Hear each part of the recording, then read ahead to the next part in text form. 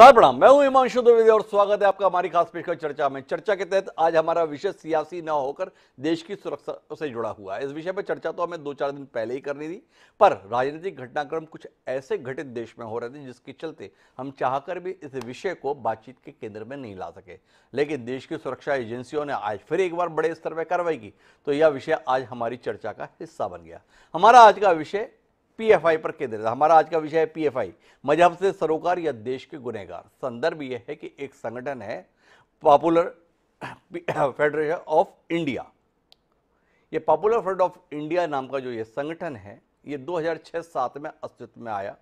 Islamic मूल्यों के संदर्भ में इस संगठन की सक्रियता बताई जाती है।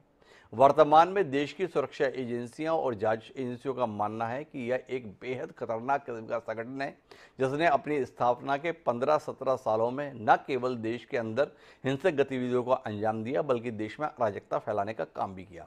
आखिर इस संगठन का उद्देश्य क्या है? तो इस संगठन के उद्देश्य के संदर्भ में देश की सुरक्षा एजेंसियों का यह दावा है कि भारत जो एक धर्मनिरपेक्ष राज्य है, इसको एक इस्लामिक राष्ट्र में तब्दील करने के लिए यह संगठन योजनाबद्ध तरीके से काम कर रहा था। इस संगठन की कोशिश, इस संगठन का प्रयास, इस संगठन का लक्ष्य यह था कि 2047 जब यह देश अपनी आज़ादी की 100वीं वर्षगांठ मनाएगा, उस समय पर यह देश एक इस्लामिक राष्ट्र के तौर पर पहचाना जाएगा। संगठन ने अपने कार्य को विस्तार देते हुए महज 3 राज्यों से बढ़ते बढ़ते तकरीबन 23 राज्यों को कार्यक्षेत्र में तब्दील कर लिया। दिल्ली स्थित शाहीन बाग में इस संगठन का मुख्यालय है। कहा जाता है कि दरअसल ये सिमी का ही बदला हुआ रूप है। सिमी को जब इस देश में उसकी गतिविधियों के चलते प्रतिबंधित कर दिया गया, तो एक बदले हुए स्वरूप में यह संगठन अस्तित्व में आया। इस संगठन के संदर्भ में रोचक बात है वह यह कि 2 विपरीत ध्रुव वाले पार्टियां या दल इस संगठन के संदर्भ में एक राय है। एक तरफ लेफ्टिस्ट है, एक तरफ राइटिस्ट है। लेफ्टिस्ट का मतलब वामपंथी दल और दूसरे तरफ राइटिस्ट का मतलब भारतीय जनता पार्टी। दोनों ही को लगता है कि इस संगठन का अस्तित्व में होना देश के लिए ठीक नहीं है। केरल की सरकार भी इस संगठन के खिलाफ है और देश की सरकार तो धड़ाधड़ कार्रवाई कर रही है। अमित शाह जब 4 अगस्त को बेंगलोर गए थे, उसके बाद ही उन्होंने इस संदर्भ में गंभीरता महसूस करते हुए 7 अगस्त को एक बैठक बुलाई थी। उस बैठक में तमाम राज्यों के पुलिस अधिकारी भी शामिल हुए थे, देश के सुरक्षा एजेंसियों के अधिकारी शामिल हुए थे, और उसका नतीजा ये आया कि गत 21-22 सितंबर को बड़े पैमाने पर छापे की कार्रवाई हुई। तकरीबन देश भर में 15 राज्यों में ये छापेमारी की कार्रवाई के तहत 107 लोगों को गिरफ्तार किया गया था। उन गिरफ्तार किए गए लोगों से पूछताछ के बाद आज एक बार फिर केंद्रीय एजेंसियों ने छापेमारी की कार्रवाई 8 राज्यों में की और 8 राज्यों में कार्रवाई के तहत तकरीबन 170 लोगों को गिरफ्तार किया गया। अर्थात पिछले एक हफ्ते में इस संगठन से संबद्ध तकरीबन 250 लोग केंद्रीय जांच एजेंसियों की गिरफ्त में हैं। बताया जा रहा है कि यह संगठन बड़े स्तर पर विदेश से मदद ले रहा था और उस मदद का उपयोग देश विरोधी गतिविधियों में कर रहा था। लेकिन इसका उलट पहलू भी है। एक वर्ग है जो यह मान रहा है और इस पूरी कार्रवाई को इस दृष्टि से देख रहा है कि देश में एक सुनियोजित षड्यंत्र चल रहा है इस्लाम को बदनाम करने के लिए, मुसलमानों को गुनहगार बताने के लिए, मुसलमानों को कटघरे में खड़ा करने के लिए। इसलिए किसी भी किस्म की कार्रवाई के माध्यम से देश में यह वातावरण बनाया जाता है कि जो भी मुसलमान है वो केवल और केवल इस देश के खिलाफ काम करने के लिए संबद्ध है। योजनाबद्ध तरीके से देश की सरकार इस संदर्भ में काम कर रही है या भाजपा शासित राज्यों में ये काम हो रहा है। अलग अलग स्तर पर मदरसों पर कार्रवाई की जा रही है और अब पीएफआई के माध्यम से भी मुसलमानों को टारगेट किया जा रहा है। तो आज हम इसी पर बात करेंगे कि दरअसल मुसलमानों को निशाने पर लाने के लिए कार्रवाई है या केंद्रीय जांच एजेंसियों की एक कार्रवाई देश की सुरक्षा के संदर्भ में महत्वपूर्ण कदम है। दोनों ही मसलों को समझना बेहद जरूरी है। इस अहम मसले पर चर्चा के लिए 5 खास मेहमान हमारे साथ पैनलिस्ट के तौर पर मौजूद हैं। उनसे आपका परिचय कराएं और देश की सुरक्षा से जुड़े हुए संवेदनशील मसले पर कुछ तथ्यपरक बातचीत करने की कोशिश करें। उससे पहले समय है आज के विचार सूत्र का। हमारा विचार सूत्र यह कहता है कि दंडे स्थिता प्रजा सर्वाभयम दंडे विदुर्बुधा दंडे स्वर्गो मनुष्याणाम लोकोयम सुप्रतिष्ठिता। दंड पर ही सारी प्रजा टिकी हुई है, दंड से ही भय होता है, ऐसी विद्वानों की मान्यता है। मनुष्य का यह लोक और स्वर्ग दंड पर ही प्रतिष्ठित है। वेदव्यास जी के द्वारा यह सूत्र दिया गया। तो कुल मिलाकर दंड के माध्यम से ही एक अनुशासन कायम किया जाता है। अगर देश में मौजूद कोई संगठन देश विरोधी गतिविधियों में लिप्त है तो क्या उसके संदर्भ में दंडात्मक कार्रवाई नहीं होनी चाहिए? इस बात को जहन में रखते हैं और उसके साथ अपनी चर्चा को आगे बढ़ाते हैं, जिसका हिस्सा बनने के लिए हमारे साथ 5 खास मेहमान हैं। हमारे साथ भारतीय जनता पार्टी, जो इस समय देश का सबसे बड़ा राजनीतिक दल है, देश में जिसकी सरकार है, उसके प्रवक्ता के तौर पर गुलरेज शेख मौजूद हैं। देश का सबसे पुराना राजनीतिक दल, तकरीबन 137 साल का जिसके पास इतिहास है, उसके प्रवक्ता के तौर पर डॉक्टर अजय उपाध्याय जी आज विशेष तौर पर हमारे साथ मौजूद हैं। हमारे साथ मुस्लिम स्कॉलर के तौर पर हमेशा संयमित और सारगर्भित बात करने वाले अतीकुर रहमान साहब भी खास तौर पर चर्चा के लिए मौजूद हैं। फहीम सिद्दीकी साहब हमारे साथ मौजूद हैं, जो अध्यक्ष हैं इंडियन नेशनल लीग के और आंतरिक सुरक्षा मामलों के जानकार ब्रह्मदीप अलूने जी भी हमारे साथ जुड़ रहे हैं। आप सभी का स्वागत है। चर्चा की शुरुआत मैं अतीकुर रहमान साहब से करता हूं। अतीकुर रहमान साहब, आपसे समझना चाहता हूं, लेकिन उससे पहले 2 बयान मेरे पास में हैं, उन दोनों बयानों को सुन लेते हैं और फिर आपके साथ इस चर्चा की शुरुआत करते हैं। सुनिए एक बार। नफरत फैलाए, जो हिंसा फैलाए, धर्मों के धार्मिक उन्माद फैलाए, उन सब के खिलाफ कार्रवाई होना चाहिए। इनके खिलाफ कार्रवाई हो रही है तो संघ के खिलाफ कार्रवाई क्यों नहीं हो रही है? विश्व हिंदू परिषद के खिलाफ कार्रवाई क्यों नहीं हो रही? उनके खिलाफ भी होना चाहिए। पीएफआई और संघ की तुलना समान? निश्चित तौर पे जो नफरत फैलाता है, धार्मिक उन्माद फैलाता है, वो एक थाली के चट्टे बट्टे हैं।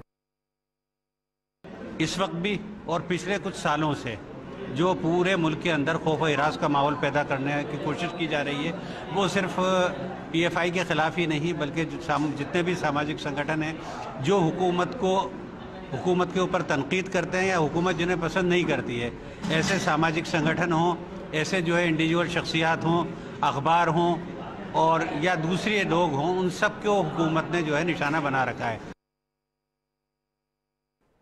तो ये हाफिज मंजूर साहब थे पीएफआई से जुड़े हुए, उन्होंने बता दिया कि ये सब सुनियोजित तरीके से। दूसरी तरफ दिग्विजय सिंह ऐसे मसलों में हमेशा मुकर रहते हैं, वो तो बता रहे हैं जो भी देश के खिलाफ है उसमें कार्रवाई होनी चाहिए, लेकिन साथ साथ संघ पर भी हो जानी चाहिए। तो पीएफआई और संघ उन्हें एक जैसे ही दिखाई देते हैं। इस रोशनी में आगे बढ़ते हैं और अतीकुर रहमान साहब आपसे समझने की कोशिश करते हैं।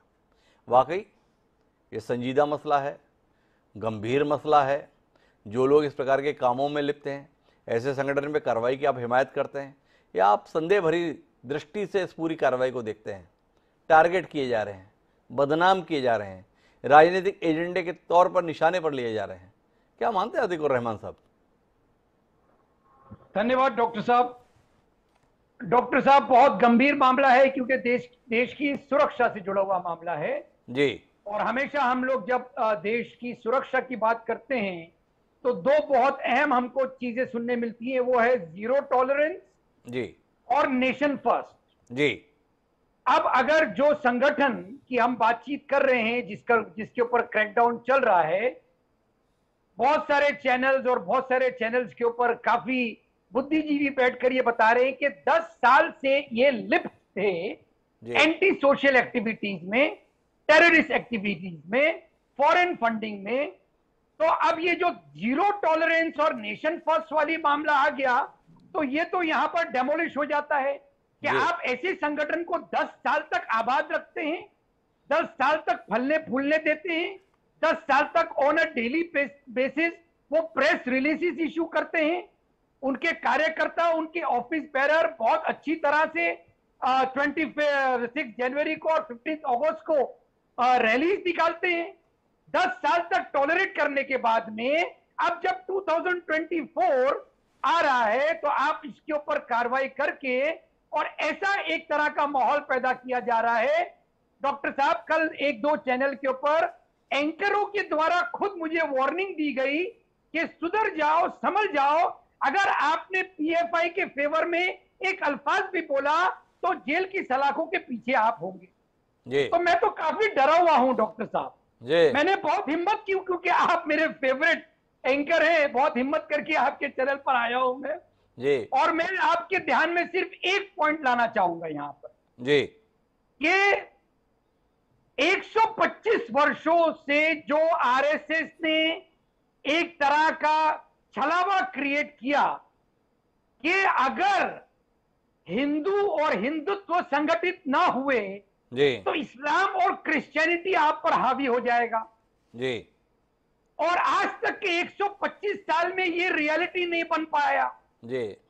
अब क्योंकि सत्ता में हिंदुत्व फोर्सेस है, सत्ता में बहुत बड़े बड़े छाती के लोग हैं, तो ये होते होते हिंदू राष्ट्र बनाने के लिए मैं ये समझ रहा हूं डॉक्टर साहब, जो हमारे बुद्धिजीवी हिंदू लोग हैं, जो मेरे हिंदू भाई हैं, जो जरा भी इन चीजों में यकीन नहीं रखते हैं, इनको डरा के एक छलावा पेश किया जा रहा है, एक फैंटम कॉन्सेप्ट इस्लामिक स्टेट के नाम पर, कि अगर आप हिंदू राष्ट्र बनने के लिए आपने योगदान नहीं दिया तो ये पीएफआई जैसे संगठन, ये पाकिस्तान और आईसिस और तरह तरह के फॉरेन पावर्स, टर्की का भी नाम लिया जा रहा है, ये पीएफआई को पूरा योगदान देके भारत के अंदर 2047 तक के एक इस्लामिक स्टेट कायम कर लेंगे।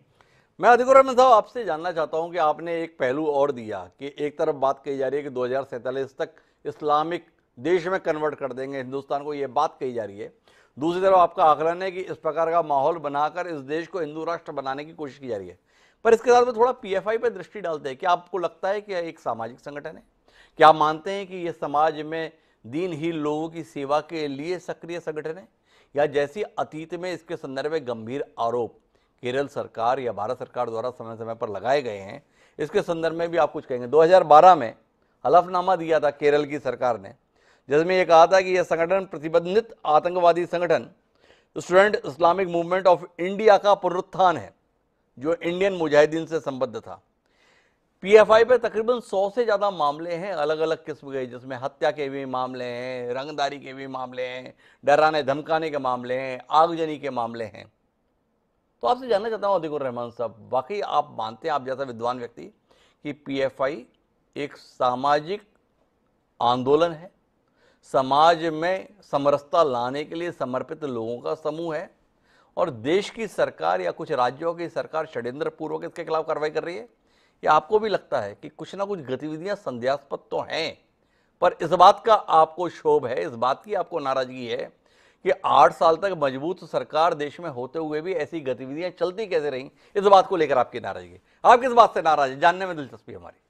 जी डॉक्टर साहब, देखिए, ये जो कुछ भी अगर उद्देश्य किसी ऑर्गेनाइजेशन का साबित करने पे हम आमादा हो जाएं जी, तो हमको सबसे पहले उसको स्टडी करना पड़ेगा। जी, पीएफआई का जो लिटरेचर है और पीएफआई का जो विजन डॉक्यूमेंट है 2047, जी, वो मैंने अच्छी तरह से पढ़ा, क्योंकि कुछ दिनों पहले डिबेट के ऊपर भी ये मामला आया था। जी, कुछ उत्तर प्रदेश में छापे पड़े थे, तो कुछ डॉक्यूमेंट्स उन लोग ने बरामद किए थे, जिसके तहत ये मालूम पड़ा कि भाई ये विजन 2000 इनका कुछ डॉक्यूमेंट है 2047, जिसमें इस्लामिक स्टेट का मेंशन है। जी। अब जब पीएफआई के लोग चैनल्स के ऊपर आए, उन्होंने कहा कि भाई ये फैब्रिकेटेड डॉक्यूमेंट प्लेस किया गया है पुलिस के द्वारा, इन्वेस्टिगेटिंग एजेंसीज के द्वारा, और हमारा जो रियल डॉक्यूमेंट है विजन 2047 वो हमारे वेबसाइट पर है। वो वेबसाइट का डॉक्यूमेंट मैंने निकाला, मैंने पढ़ा, मुझे एक वर्ड भी उसमें मिला नहीं डॉक्टर साहब जो ये मेंशन करता हो कि 2047 तक के वो इस्लामिक स्टेट बनाने जा रहे हैं। दूसरा आपका जो सवाल है कि वायलेंस में ये लिप्त है जी, और टीएम जोसेफ नाम का भी एक नाम लिया जाता है कि उसका हाथ काटने में ये बहुत सारे एक्टिविटीज इनकी ऐसी हैं जो कि क्रिमिनल एक्टिविटीज हैं। तो मैं समझता हूं डॉक्टर साहब, अगर ये सारी की सारी चीजें केरल में या झारखंड में अगर हो रही थी, झारखंड में तो बैन भी लग गया था, इन लोगों ने कोर्ट के द्वारा उस बैन को हटाया, तो ये कैसे पॉसिबल होता? और केरल की पिनेरी विजन गवर्नमेंट जो सरकार है वो बहुत अच्छा, सीरियसली मैं उस सरकार को समझता हूं, क्योंकि वो उनके पॉलिटिकल राइवल हो सकते हैं, तो ऑब्वियसली उनको उनके स्टेटमेंट में इनकी क्रिटिसिज्म करना पड़ती है। एक्शन क्यों नहीं होता है? तो अधिकुर रहमान साहब कुल मिला के पूरे मसले को राजनीतिक देख रहे हैं। उन्हें लगता है कि पीएफआई के लिटरेचर में ऐसा कुछ भी आपत्तिजनक नहीं है, उनकी गतिविधियों में ऐसा कुछ आपत्तिजनक तथ्यगत रूप से नहीं है जिसके आधार पर इस संगठन को देश के लिए खतरे के तौर पर देखा जाए। वो तथ्यों पर बात करना चाहते हैं, लेकिन मैं इस चर्चा को विस्तार देना चाहता हूं और एक बार डॉक्टर अजय उपाध्याय के पास आना चाहता हूं। डॉक्टर अजय उपाध्याय, ऐसे मसले आपकी पार्टी के लिए बड़े नाजुक होते हैं। इधर कुआ उधर खाई, कहाँ जाई, तो कहाँ जाएंगे आप? पीएफआई के साथ जाएंगे, देश की सरकार के साथ जाएंगे, या कुल मिला के तटस्थ रहते हुए जिसको जो करना है करे, हम अभी अपने देश का चुनाव ही निपटा लेते हैं, इस राह पे जाएंगे? थोड़ा बताएं ना डॉक्टर अजय उपाध्याय, कहाँ जाएंगे?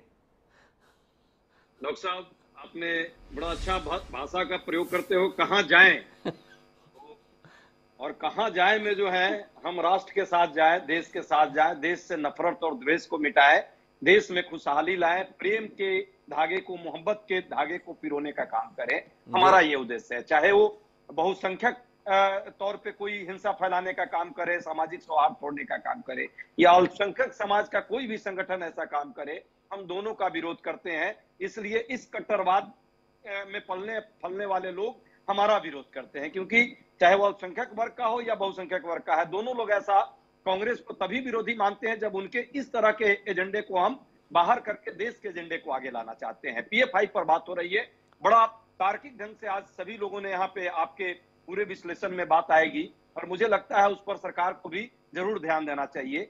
2-3 मुद्दे जल्दी से मैं आपके सामने रखना चाहूंगा। 2017 में जब उत्तर प्रदेश में सरकार आई थी, और जो भाजपा की सरकार है, जोगी जी की सरकार है, उन्होंने एक प्रस्ताव केंद्र को भेजा था कि पीएफआई पर बैन किया जाए। 2019 में सुप्रीम कोर्ट में तुषार मेहता जी जो सरकार के वकील थे, उन्होंने कहा कि पीएफआई पर बैन करने के लिए एक प्रक्रिया चल रही है। लेकिन दुर्भाग्य से कुछ ही साल, 1 साल बाद जब केंद्र सरकार से बात की जाती है, तो एएनआई के हवाले से गृह मंत्रालय ने एक सूचना प्रसारित की कि ऐसी कोई प्रक्रिया अधीन में नहीं है, गृह मंत्रालय ऐसा कोई विचार नहीं कर रहा है पीएफआई पर बैन करने का। पहली बात, कांग्रेस पार्टी ये मानती है कि यदि ये संगठन राष्ट्र विरोधी है, राष्ट्र में ये सुरक्षा के लिए कहीं ना कहीं प्रश्न खड़ा कर रहा है, सामाजिक सौहार्द को बिगाड़ रहा है, और जो हम शांति और चैन से जीने वाले लोग हैं, वसुधैव कुटुंबकम की जो हमारी अवधारणा है, उस पर प्रश्न चिन्ह लगा रहा है, तो कोई भी संगठन हो, पीएफआई क्यों, हर संगठन पर बैन होना चाहिए और पीएफआई पर भी बैन होना चाहिए। लेकिन दुख की बात है कि यह सरकार इतने सालों तक हाथ पे हाथ रखकर और कुंभकर्णी निद्रा में क्यों सोई हुई है, क्यों नहीं उस पर बैन करती। ये जो चीजें कर रही है, जितना जो कहानी बना रही है, माहौल जो पूरे देश में पैदा किया जा रहा है, क्या ऐसा तो नहीं कि देश की राष्ट्रीय सुरक्षा से भी ये सरकार समझौता करना चाहती है?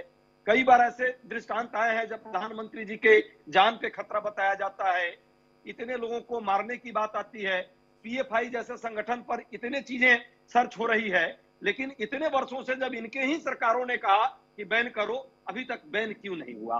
कौन इस पर बाधा बन रहा है? या कर्नाटका में कोई चुनाव आने वाला है क्या? कर्नाटक में यदि चुनाव है और चुनाव तक यदि ये एक दूसरे से अजय बताइए, मैं समझ नहीं पाया, आप तो एक जिम्मेदार राजनीतिक दल के प्रवक्ता हैं, आप हमसे पूछ रहे हैं कर्नाटक में कोई चुनाव आने वाला है क्या? आपको जानकारी नहीं है कि चुनाव कहाँ आने वाला है? ये भाजपा वाले बताएंगे, क्योंकि कर्नाटक के चुनाव तक सामाजिक सौहार्द कर्नाटक में कैसे खराब किया जाए ताकि वोट का ध्रुवीकरण हो, और इससे किसको लाभ होगा? ऑब्वियस भाजपा को लाभ होगा। तो ये पीएफआई का कहीं कोई एक एजेंडा ऐसा तो नहीं जो राष्ट्र के एजेंडे से पड़ा हो, इनके सियासत का एजेंडा। अजय बताइए, मुद्दे की बात बताइए। आपको इस बात की शिकायत है कि 2017 में बोला था केंद्र सरकार के वकील ने कि हम इस पे प्रतिबंध की कार्रवाई करने जा रहे हैं, अभी तक नहीं की गई, इसका आपको दुख है? दुख के लिए हम आपके साथ। अब ये बताइए कि वर्तमान में माननीय अमित शाह बेंगलोर गए, 4 अगस्त को, 7 अगस्त को बैठक करते हैं एनआईए के साथ, ईडी के साथ, 11 राज्यों की पुलिस के साथ, और उसके बाद ये ताबड़तोड़ कार्रवाई हो रही है।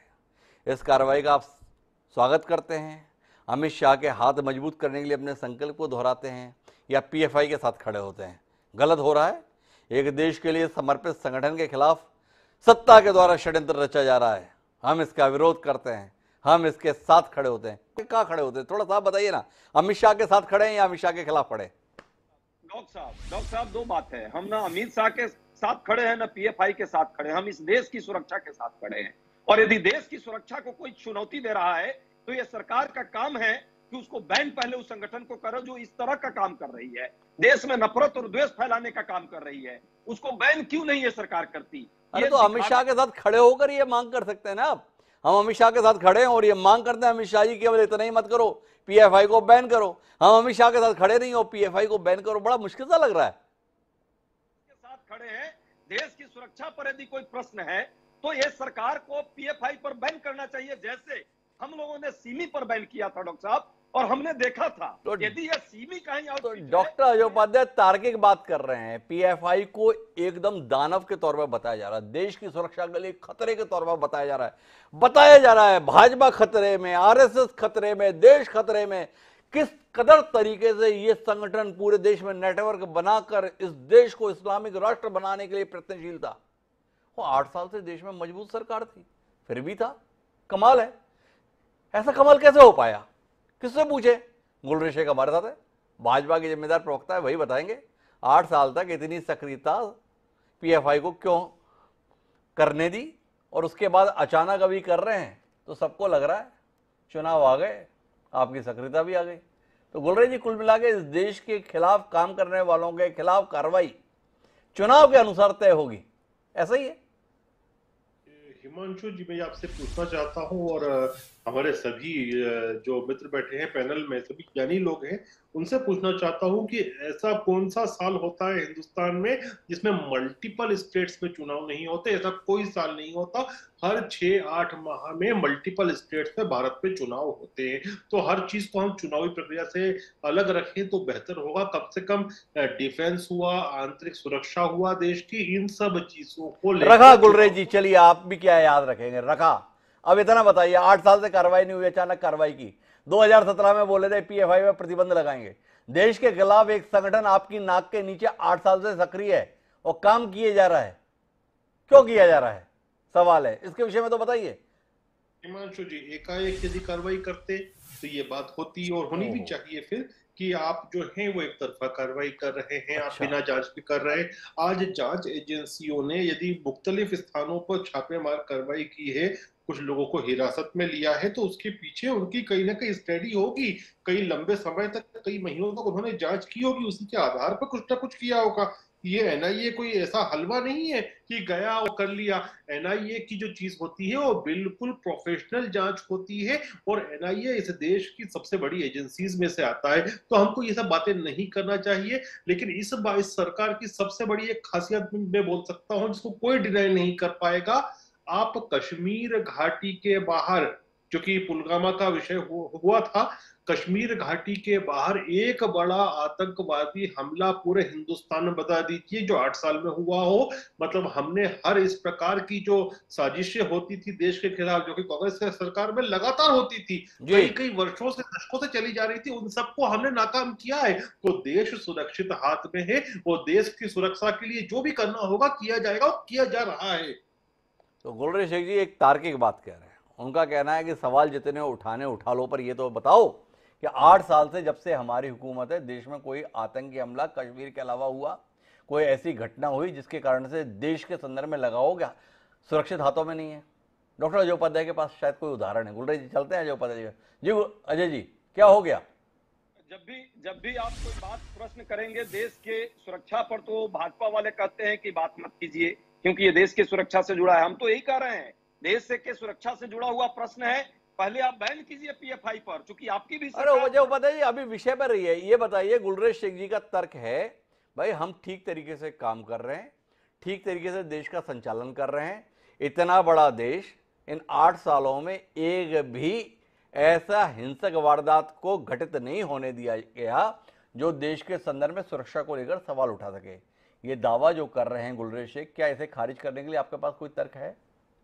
डॉक्टर साहब, पार्लियामेंट के पटल पर अभी इनके नित्यानंद राय जी गृह मंत्री हैं, इनको बात देखनी चाहिए उस रिपोर्ट को। उन्होंने कहा देश में दंगे जो है 2,67,000 और सांप्रदायिक दंगे जो है 3457 दंगे हुए हैं देश में, दिल्ली देश की राजधानी में। अजय उपाध्याय जी थोड़ा विषय की गंभीरता पे रहते हैं।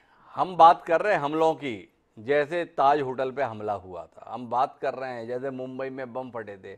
हम बात कर रहे हैं संकट मोचन में जिस प्रकार का हमला हुआ था। हम बात कर रहे हैं हैदराबाद में सिलसिलेवार विस्फोट हुए थे। 8 साल के संदर्भ में अगर गुलरेज शेख ये दावा कर रहे हैं तो ये श्रेय तो नरेंद्र मोदी के नेतृत्व की सरकार को जाएगा ही ना, कि नहीं है।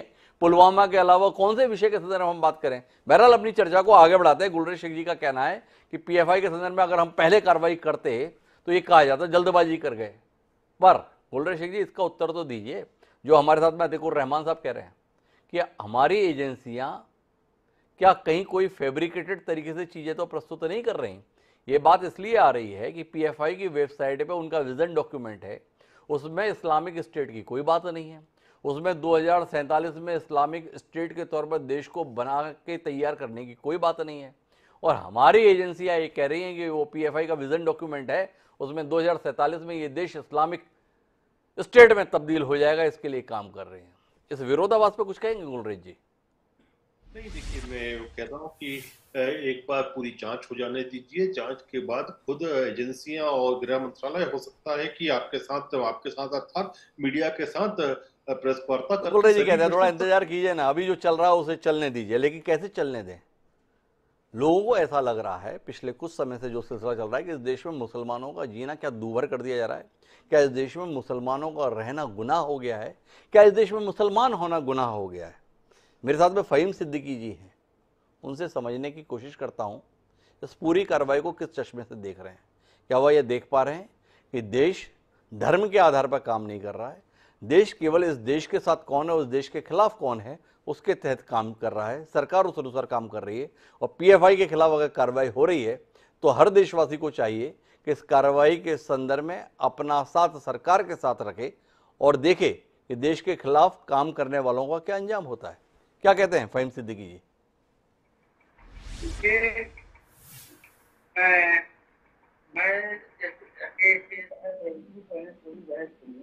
जी, 1995 में यूएपीए के तहत आतंकवाद का आरोप लगाकर कांग्रेस सरकार ने सिमी को बैठ किया जी, और 127 मुसलमानों को गिरफ्तार कर लिया जी। 20 साल तक उनसे मुकदमा चला और अभी 1921 से पिछले साल उनको बाइज्जत बरी कर दिया गया 127। अब ये 20 साल जो उनके हैं कहाँ गए? उस वक्त तो उनको आतंकवादी बना के पेश किया गया था कि बहुत बड़े आतंकवादी हैं। हमने 20 साल में जब वो गिरफ्तार हुए थे तो मैंने तो उसका नाम भी नहीं सुना था कि ये सिमी कौन सी तंजीम है। जब ये हाईलाइट हो तब मुझे मालूम था आप सिमी के हैं, सब आतंकवादी तंजीम है। तो इतने लोग गिरफ्तार करने के बाद 20 साल तक के उनका मुकदमा चल रहा और 20 साल के बाद उनको छोड़ दिया, बेइज्जत बरी कर दिया। 20 साल उनके कहाँ गए? जिन लोगों ने आतंकवादी बनाया था उनके ऊपर मुकदमा क्यों नहीं चलाया जाता है? तो आपने क्या समझ के उनको जो है आतंकवादी घोषित किया था? उसी तरीके से आज ये फिर एक आतंकवाद का नाम देके पीएफआई के लोगों को गिरफ्तार किया जा रहा है और पूरे देश से 106 लोगों को गिरफ्तार कर लिया गया। हमें पीएफआई से कोई मतलब नहीं है जी, क्योंकि वो जैसा कि मैं सुनता हूँ कि वो साउथ की पार्टी है और सियासी पार्टी है, काम कर रहे हैं अपने कर रहे हैं, हम तो उससे कोई लेना देना नहीं है।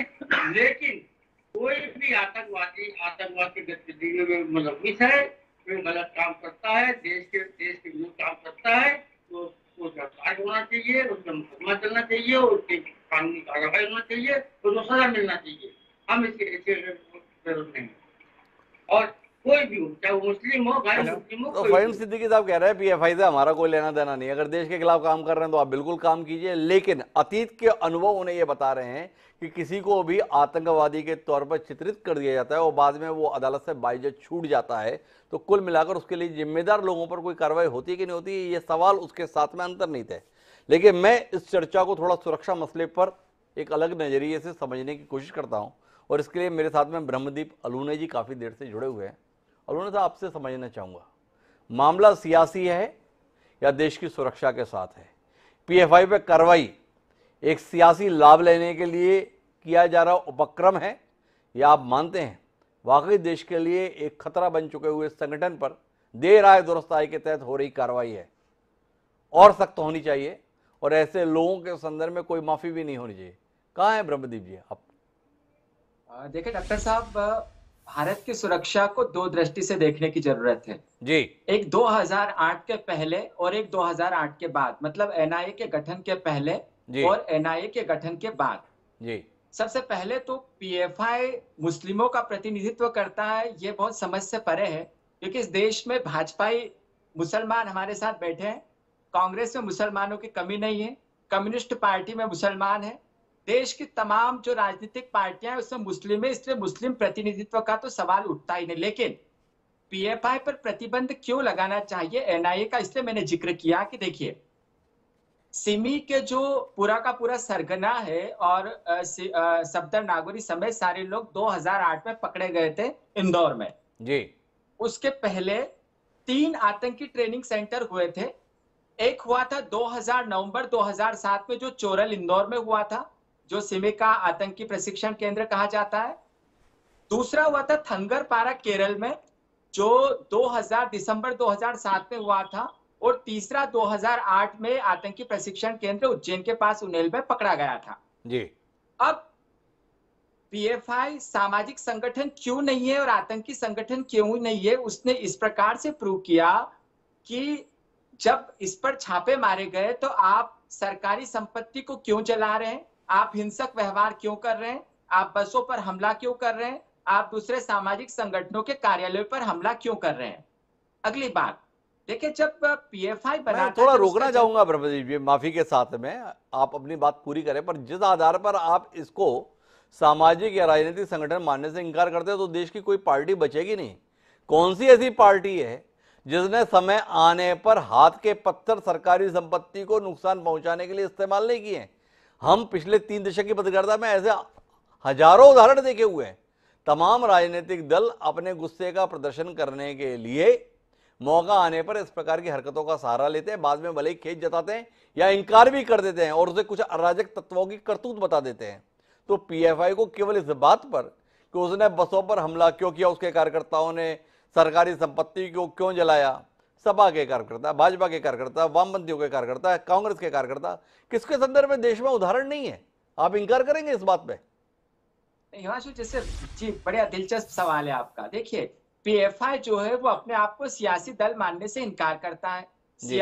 जो पीएफआई है वो अपने आप को सामाजिक संगठन कहता है, लेकिन अब सामाजिक संगठन वो काम कैसा करता है? अब पाकिस्तान में एक संगठन है जमात उद दावा, जिसके जो सरगना है या जो जिसके बोस है वो हाफिज सईद है। हाफिज सईद जो है धर्मगुरु का दर्जा प्राप्त है और पाकिस्तान में बहुत पूजे जाते हैं। पाकिस्तान में पूजे जाएंगे, उससे हमें कोई गुरेज नहीं है, लेकिन वही लश्कर तोयबा को भी चलाते हैं। तो मैंने एक बात शुरू की थी कि जो एनआईए के पहले और एनआईए के बाद आंतरिक सुरक्षा को लेकर 2 बातें इस देश में। एक दौर हुआ करता था जब दिल्ली की गलियों में कोई किराए का घर लेता था और किराए के घर में वो रहता था, उसके बाद दिल्ली पर हमला कर लेता था। 2 से 3 महीने में किसी को पता नहीं चलता था। डेविड हेटली जो है वो अमेरिका से आते हैं, ब्रिटेन से आते हैं, पूरा मुंबई की रेकी करते हैं और अंततः मुंबई में हमला हो जाता है, होटल ताज और जो भी हमले हुए थे वहां पर हुए थे। तो जब से पीएफआई बना, देखिए पीएफआई पर आखिर अंततः रेड डालने की जरूरत क्या है? इसके बहुत ही वाजिब और लॉजिक सवाल है और इसके जवाब देना चाहिए। जब जो पीएफआई बना तो केरल, कर्नाटक और तमिलनाडु के 3 संगठनों से मिलकर बन गया पीएफआई। पीएफआई जैसे आगे आगे बढ़ता जा रहा है तो वहां पर जो संगठन बिल्कुल समाप्त हो चुके हैं वो संगठन विलय होते जा रहे हैं, जिसमें सिमी एक है। अब देखिए, सिमी का नाम क्यों आएगा वो भी बड़ा वाजिब सवाल है। सिमी का जो सरगना है या जो सिमी की मूवमेंट हुआ करती थी वो उज्जैन में हुआ करती थी, इंदौर में हुआ करती थी। अब जो पीएफआई का जो बोस है वो इंदौर और उज्जैन में पकड़ा जा रहा है। दूसरी बात है, पीएफआई की एक महिला विंग है, जिस वुमेन्स फ्रंट जिसको कहा जाता है। सिमी की एक शाहीन फोर्स काम किया करती थी जो नागदा से शुरू होती है और जो उज्जैन के पास नागदा से शुरू होती है, और जिसके संबंध जो है कश्मीर के दुख्तराने मिलाप में से जुड़ते हैं। तो जो कश्मीर का दुख्तराने मिलाप जो एक संगठन है, आतंकी संगठन है जिसमें महिलाएं होती है, उनका बहुत स्पष्ट था कि वो महिलाएं घर में कट्टरवादी माहौल पैदा करती थी, वो विवाह आतंकवादियों से करती थी। और यही कारण है कि 89 के बाद जब ये काम करने लगा तो उनके घर जो युवा पैदा होने लगे, वो युवा 2000 के बाद देखिए सारे के सारे जो परिवार है वो पत्थरबाज बन गए। तो क्या देश की सुरक्षा एजेंसियां इस बात का इंतजार करेगी कि पत्थरबाजों से कश्मीर के बजाय पत्थरबाज पूरे भारत में हावी हो जाए? और दूसरी बात, अभी जब रतलाम में पकड़े गए थे जो सूफा के सदस्य, तो ये जो पूरे के पूरे जो संगठन है, जो स्लीपर सेल काम कर रही है, ये स्लीपर सेल पीएफआई में मिल गई है। पीएफआई बहुत ही संगठित तरीके से, आपकी पूरी बात से समझ में आ रहा है कि आप इस कार्रवाई के समर्थन में है, लेकिन मामला इतने पे खत्म नहीं होता है। आप नहीं मानते हैं कि जब इतने बड़े स्तर पर देश के खिलाफ साजिश इतने व्यापक स्तर पर रची जा रही थी तो इन एजेंसियों ने बहुत देर की कार्रवाई करने में? पीएफआई तो निशाने पर कई साल पहले से, उसकी गतिविधियों को लेकर केरल की सरकार तो लगातार सवाल उठा रही थी, कार्रवाई भी कर रही थी। देश की सरकार ने इतना समय क्यों लिया है? इसको लेकर कोई नाराजगी आपकी नहीं? आप जैसे विशेषज्ञ को आपको शिकायत नहीं है? 2017 में हमारे सॉलिसिटर जनरल तुषार मेहता जी कहते हैं प्रतिबंध लगाने जा रहे हैं, आज भी कार्रवाई कर रहे हैं। प्रतिबंध देश की सरकार अभी भी नहीं लगा पाई। क्या कहते हैं इस पर? सब जो हमारा संविधान है वो उदारता का झोला है, और उस उदारता के झोले के फलस्वरूप जो निर्दोष लोग हैं वो अक्सर छूट जाते हैं। कई मामले ऐसे हुए जिसमें जो लोग हैं वो जिम्मेदार लोगों के खिलाफ एविडेंस जुटा ही नहीं पाए। ये बहुत अच्छा है कि एनआईए ने ऐसे लोगों से लोगों पर नजर रखी। एनआईए ने देखा कि कौन कौन सी जो स्लीपर सेल्स है वो इस संगठन में मिलती है। पूरा उनको 1 दशक का समय दिया, उन पर पूरा नजर रखी, और यही कारण है कि अब पीएफआई पकड़ में नहीं आ रहा है। इस देश के स्लीपर सेल जो है कई संगठन पकड़ में आ रहे हैं, और अब एविडेंस के साथ जब इन लोगों को पकड़ा जाएगा तो निश्चित तौर पर उनको सजा भी मिलेगी। क्योंकि आप जल्दबाजी में जब पकड़ते हैं तो इस देश के जो राजनीतिक दल हैं वो हल्ला मचाते हैं, इस देश में आतंकवाद का राजनीतिकरण होता है। इन सब चुनौतियों को देखते हुए निस्संदेह एनआईए ने बहुत अच्छा काम किया है। और तो ब्रह्मदीप अलूने जी का मानना है देर आए दुरुस्त आए, कुल मिला के बहुत अच्छा काम किया है। पहले देखते रहे क्या क्या कार्रवाई कर रहे हैं, और सब कुछ देख लेने के बाद में अब पूरी कार्रवाई को अंजाम दिए हैं। अतिकुर रहमान साहब से मैंने इस बातचीत की शुरुआत की थी, वापस अतिकुर रहमान साहब पर ही पहुंचता हूं। सारी चर्चा के निष्कर्ष में यह है कि पीएफआई है तो गड़बड़, लगातार गड़बड़ी काम कर रही थी।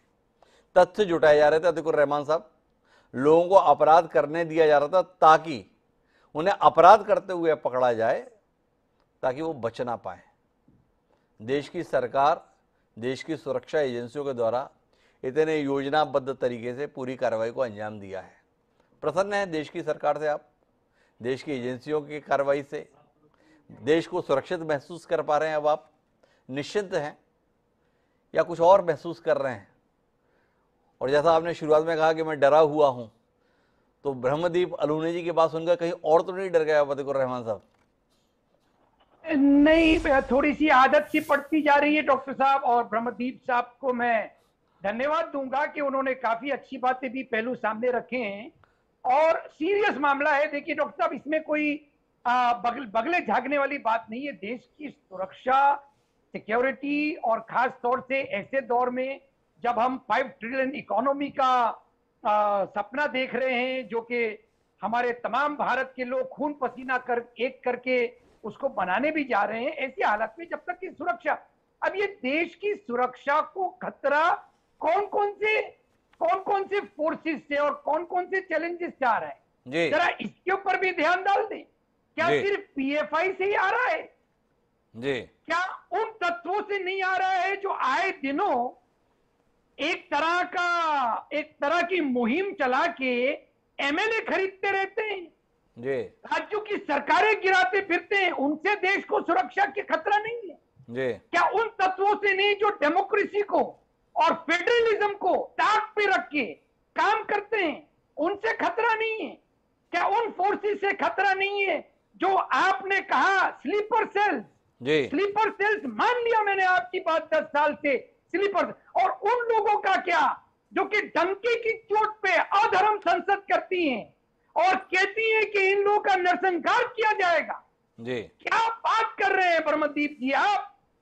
अरे अगर सुरक्षा की बात करना है तो तमाम पहलुओं पे आप नजर डालिए ना। सिर्फ एक ही केंद्र बिंदु रहेगा, मुसलमान और पीएफआई, और हर वो तत्व जिसके साथ मुसलमान नाम शामिल है, उनको आप खत्म करना चाहते हैं। और ये भी मैं क्यों मान लूं डॉक्टर साहब, कांग्रेस मुक्त भारत का आपको नारा किसने दिया? नेशनल कॉन्फ्रेंस मुक्त भारत का नारा किसने दिया? महबूबा मुफ्ती मुक्त भारत का नारा आपने किसने दिया? यूपी की तमाम पॉलिटिकल पार्टीज उनको सब आतंकवाद के साथ जोड़ते रहते हैं, बीजेपी आरएसएस। कौन सी मजाक की बात कर रहे हैं हम देश की सुरक्षा को लेकर? वो ताकतें जो आज सत्ता में बैठी हुई है, वो आज दिनों डेमोक्रेसी, फेडरलिज्म, गवर्नर की पोजीशन को ताक पे रख के काम कर रही है। वो देश की सुरक्षा के लिए काम हो रहा है।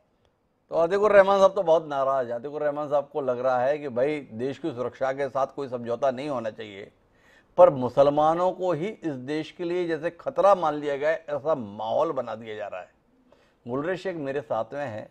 गुलरेज शेख साहब, इत्तेफाक रखते हैं आप अतीकुर रहमान साहब के इस आकलन से? हमारे साथ फ़हीम सिद्दीकी साहब हैं, वो भी लगभग इन्हीं मनोभाव के साथ में हैं।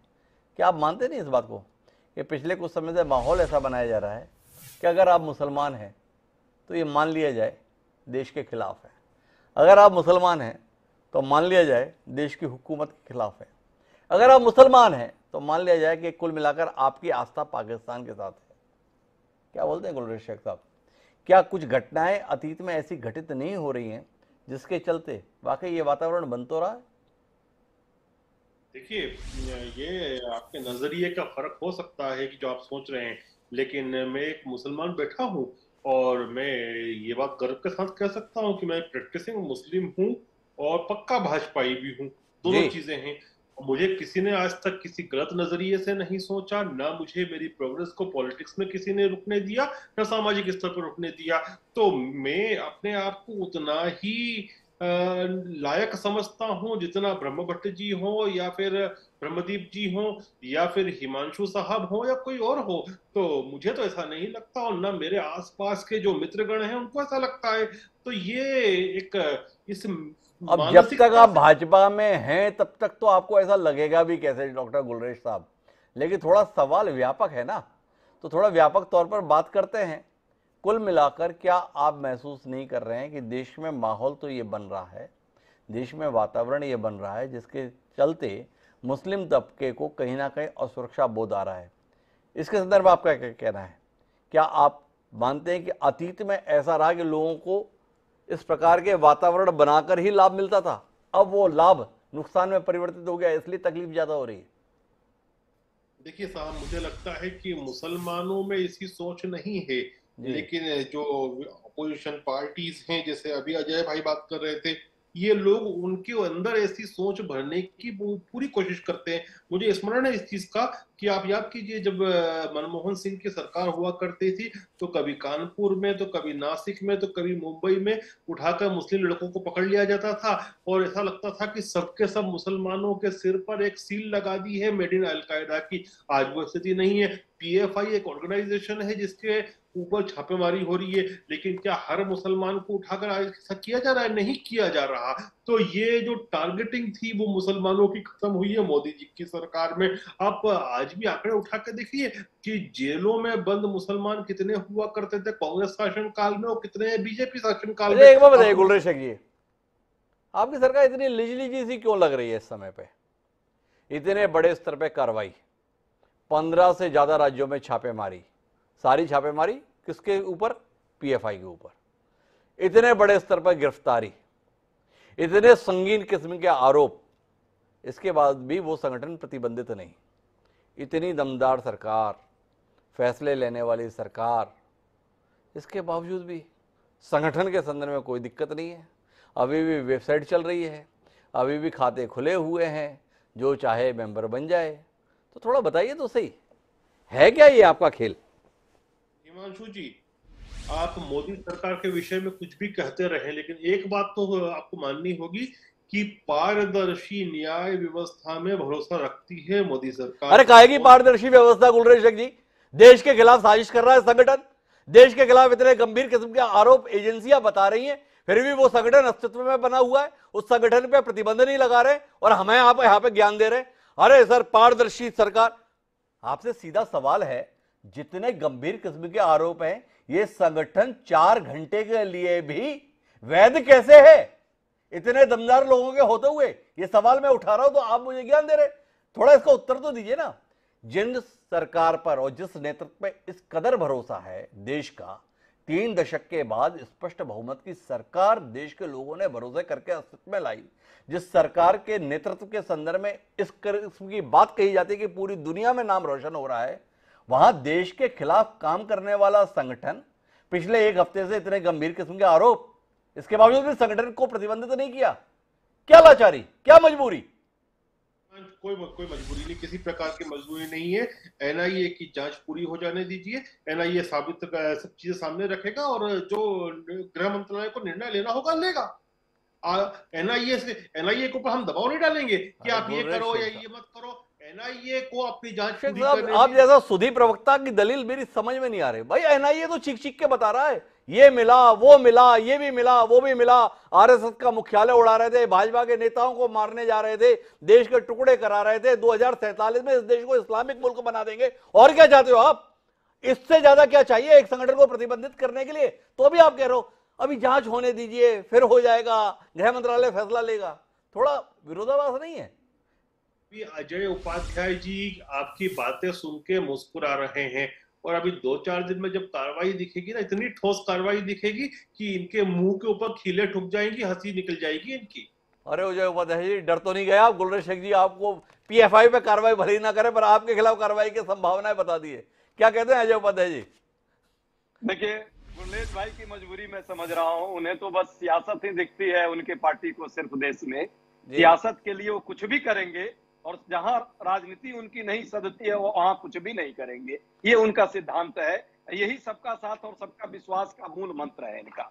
अब बात आती है राष्ट्रीय सुरक्षा के प्रश्न को, क्या समान अपराध का प्रश्न बनाया जा सकता है?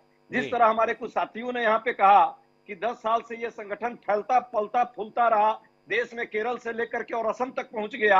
हमारे बिहार के, मैं जहां से आता हूं, गांधी की कर्मभूमि से चंपारण में लोग पकड़े जा रहे हैं, और उज्जैन जहां बाबा महाकाल की धरती है वहां भी लोग पकड़े जा रहे हैं। उसके बाद भी ये संगठन इस देश में यदि चल रहा है तो किसके इशारे पर चल रहा है? इसके लिए जिम्मेवार कौन है? क्या ये रेड लाइट क्रॉस करने वाला संगठन है? जैसे कि पुलिस करती है, रेड लाइट क्रॉस कर गया, पहले आगे बैठी रहती है कि अपराध तो करने दो फिर मैं पकड़ूंगा।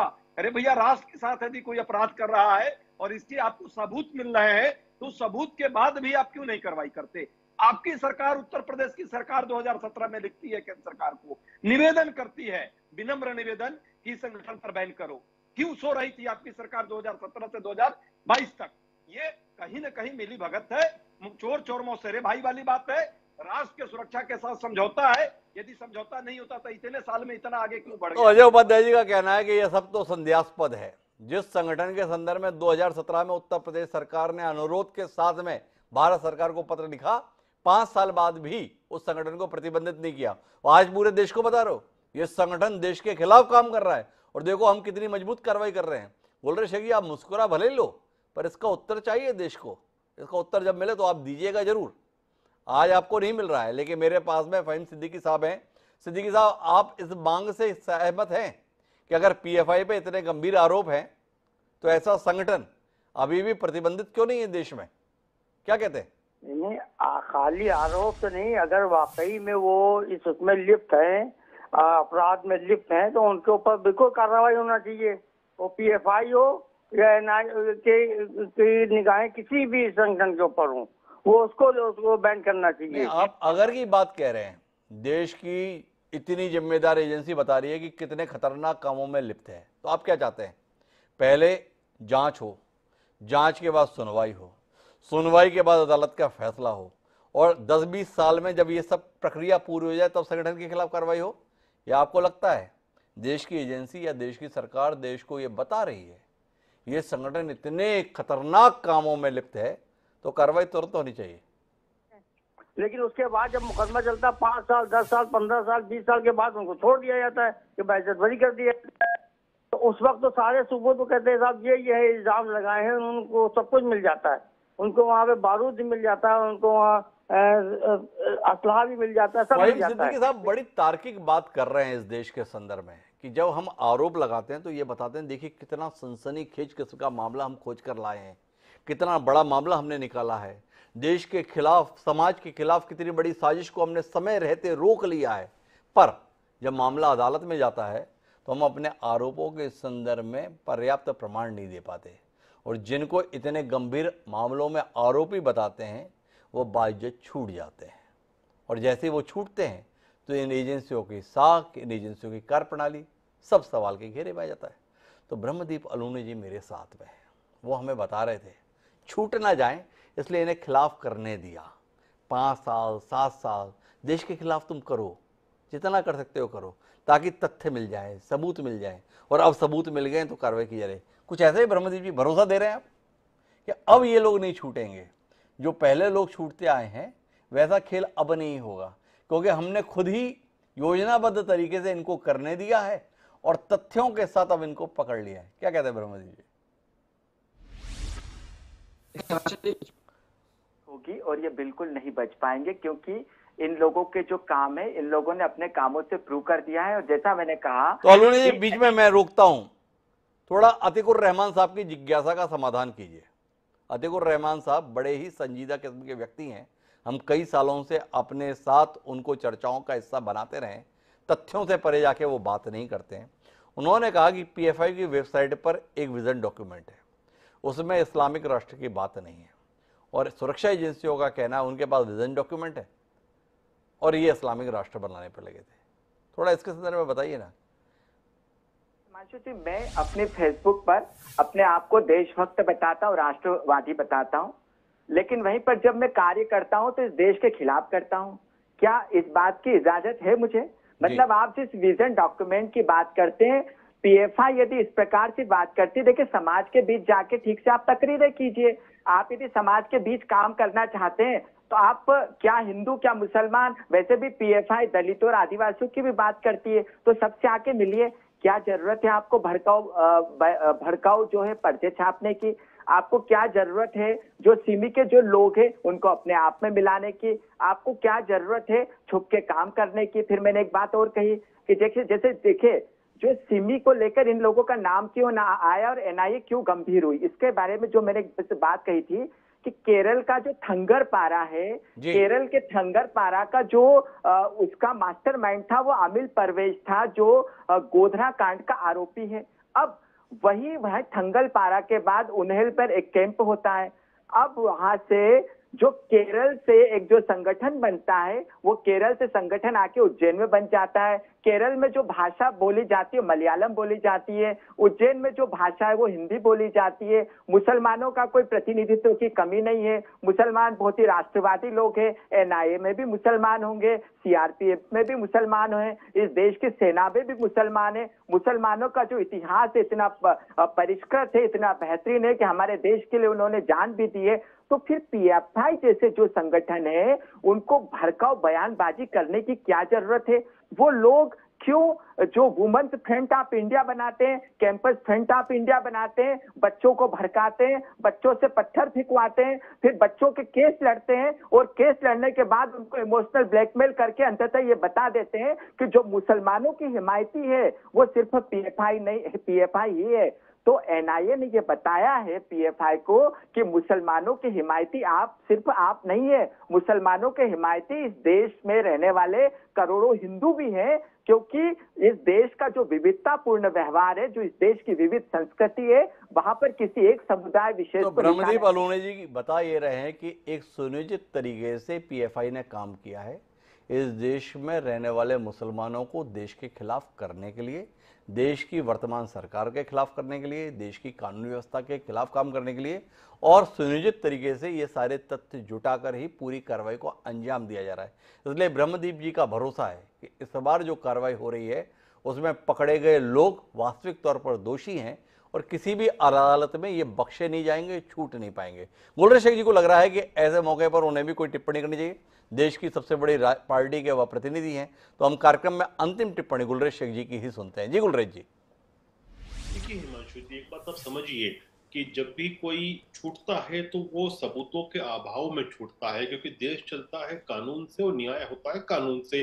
तो जिस प्रकार की आप कार्रवाई देख रहे हैं ना, आप जो कह रहे हैं कि एकदम से बैन लगा दो, ये कर दो, वो कर दो, मुझे ऐसा लगता है पर्सनली कि एजेंसीज जो है पर्याप्त सबूत इकट्ठे करके कोर्ट के सामने प्रस्तुत करेंगी, ताकि उससे क्या होगा कि जब होम मिनिस्ट्री कोई कार्रवाई करेगी और वो कोर्ट में जाएगी चैलेंज करने के लिए जो संगठन है, तो उसके खिलाफ कोर्ट निर्णय देगी जब तथ्य पूरे रखे जाएंगे। तो मुझे लगता है एजेंसी वही काम कर रही है। लेकिन मैं एक चीज के लिए निवेदन करूंगा अजय उपाध्याय जी की कांग्रेस पार्टी से, क्योंकि मैं आज शाम से इस पे बहस कर रहा हूं अलग अलग टेलीविजन चैनल्स पर, वो कहीं ना कहीं कांग्रेस पार्टी इसका पॉलिटिकलाइजेशन भी कर रही है, वो साफ रुख नहीं रख रही है। जब राष्ट्रीय सुरक्षा की बात होती है, राष्ट्रीय अखंडता की बात होती है, आपकी तो कुल मिला के साफ रुख कांग्रेस का ये चाहिए कि हम जो कर रहे हैं कांग्रेस बोले आप बहुत अच्छा कर रहे हैं, और जब तक कांग्रेस ये बोलेगी नहीं तब तक आपको रुख साफ दिखता नहीं। पर अब डॉक्टर अजय उपाध्याय इस चैनल पे आकर ये तो कहने से रहे कि गुलशन शेख आप जो भी कर रहे हैं बहुत अच्छा कर रहे हैं। अभी तो हम भी आपसे सवाल यही कर रहे हैं, कितना भी अच्छा आप काम कर रहे हैं, पर पीएफआई को प्रतिबंधित नहीं कर रहे हैं, ये पूरे देश में सवाल उठाता है। हम पाकिस्तान के संदर्भ में पूरी दुनिया को ये बताते हैं कि देखो ये पाकिस्तान आतंकी मामलों में प्रश्रय देता है, ये एक आतंकी राष्ट्र है। बहुत अच्छी बात है, आप पूरे देश को बताते हैं, पर पूरी दुनिया को जब हम ये बताते हैं तो दुनिया के देश हमसे ये सवाल करते हैं, आप पूरी दुनिया से चाहते हैं कि पाकिस्तान को प्रतिबंधित कर दो क्योंकि वो आतंकी राष्ट्र है, पर क्या आपने खुद पाकिस्तान को प्रतिबंधित किया कि वो आतंकी राष्ट्र है? उस पर आप मौन हो जाते हैं। तो उसी प्रकार से पीएफआई के संदर्भ में पूरे देश को एजेंसियों के माध्यम से और भाजपा के प्रवक्ता चीख चीख कर बता रहे हैं कि यह एक आतंकी संगठन है, देश के खिलाफ काम करने वाला संगठन है, देश के खिलाफ षड्यंत्र रखने वाला संगठन है। लेकिन हम सब सवाल ये कर रहे हैं कि अगर देश के खिलाफ इतने सुनियोजित तरीके से कोई संगठन काम कर रहा है तो उसे प्रतिबंधित क्यों नहीं किया जा रहा है? उसमें काम करने वालों को गिरफ्तार किया जा रहा है, पर अभी भी वो नए सदस्य बनाए तो वो गैर कानूनी नहीं है क्योंकि भारत सरकार के द्वारा उसे प्रतिबंधित नहीं किया गया है। क्या समय नहीं आ गया है कि भारत सरकार इस संदर्भ में बगैर विलंब किए संगठन को प्रतिबंधित करे ताकि ये भरोसा बन पाए कि वाकई इस संगठन के द्वारा जो कुछ भी किया जा रहा है गलत किया जा रहा है। आप सभी मेहमानों का बहुत बहुत धन्यवाद इस चर्चा का हिस्सा बनने के लिए। समय है अब आज के शेर का। कुल मिलाकर जो भी इस देश के खिलाफ गुस्ताखी करने की कोशिश करेगा तो इस देश का बच्चा बच्चा उसका विरोध करेगा। यही इस देश की एकता की बुनियाद है और इसी बुनियाद को व्यक्त करता हुआ राहत इंदौरी का कमाल का शेर है, जो इस देश का बच्चा बच्चा कहना चाहता है उन तमाम लोगों से जो इस देश को बिखेर देना चाहते हैं। तो हमारा आज का शेर कहता है कि शाखों से टूट जाएं वो पत्ते नहीं हैं हम, कि शाखों से टूट जाएं वो पत्ते नहीं हैं हम, आंधी से कोई कह दे कि औकात में रहे। तो इस देश के 135 करोड़ लोगों की जुबान ये है। इसलिए पीएफआई हो या कोई अन्य संगठन, ये देश न बिखरने वाला है न टूटने वाला है। इस उम्मीद के साथ अब मुझे दीजिए इजाजत, कल फिर मिलते हैं नए विषय के साथ। तब तक के लिए सादर प्रणाम।